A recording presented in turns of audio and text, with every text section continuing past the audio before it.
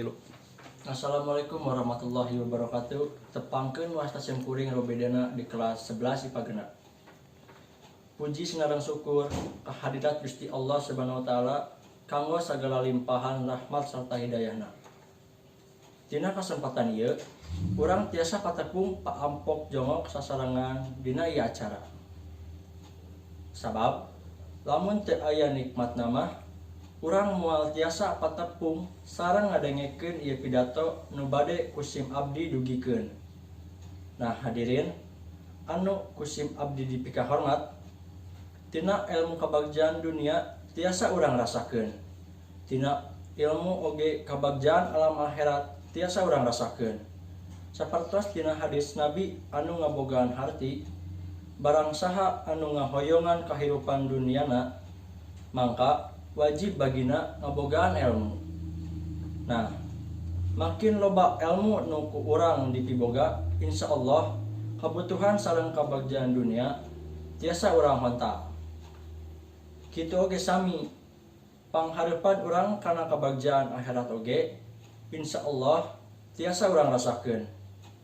Kukituna hadirin sakalian, janten nuntut ilmu teh kedah diutamakeun. Komo deui pikeun siswa-siswi anu calik di bangku sakola. Teu aya alesan kanggo urang males-malesan tina diajar.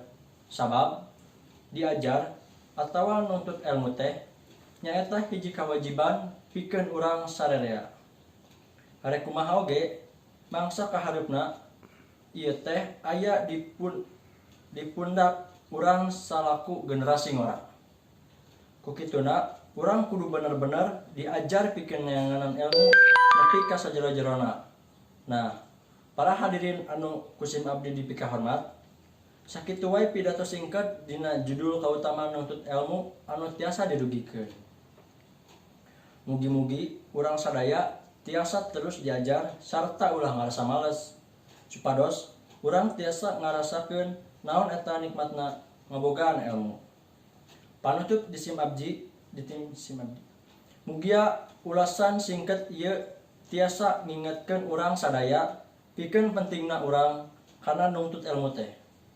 Hatur nuhun kana sadaya waktosna. Hapunten bila aya kalepatan tina cariosan sim abdi. Wassalamualaikum warahmatullahi wabarakatuh.